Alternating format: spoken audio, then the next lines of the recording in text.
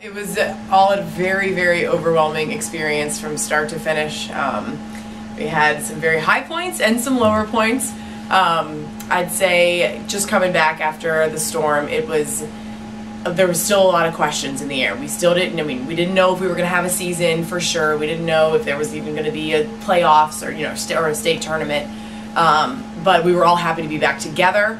To know that our school was going to reopen and that we would, get back to our comfort zone, just a little bit. So it was very exciting, and I'd say when we did find out that, there was going to be a season, we had the exact same goals, from the beginning, and the goal was just to finish on top. So we didn't know really how it was going to play out, but our goals remained the same.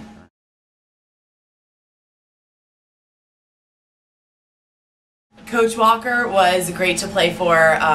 He was always on our side, and we definitely trusted him, and he really did a good job about keeping us level-headed and keeping things into perspective. So no matter how many wins we may have had the season before, we always started from zero, the following season, and starting with district, and he just knew how to pace us, and I've learned a lot from him, and I think we're all very appreciative of the time he put in for us and the patience he had with us.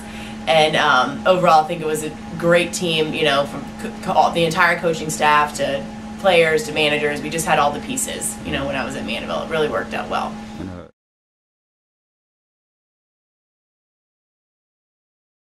For us, it was. Volleyball was our safe haven, so even though there was all this craziness going on and we had new players coming in, we lost players from before, families were still trying to figure out, okay, need to pick up our house, get things back in order. But when we were in the gym and we were in practice, that's all we knew, that's all we cared about. So it really was a great outlet and a good little release for us, to have that constant when there was still so many unknowns going on around us.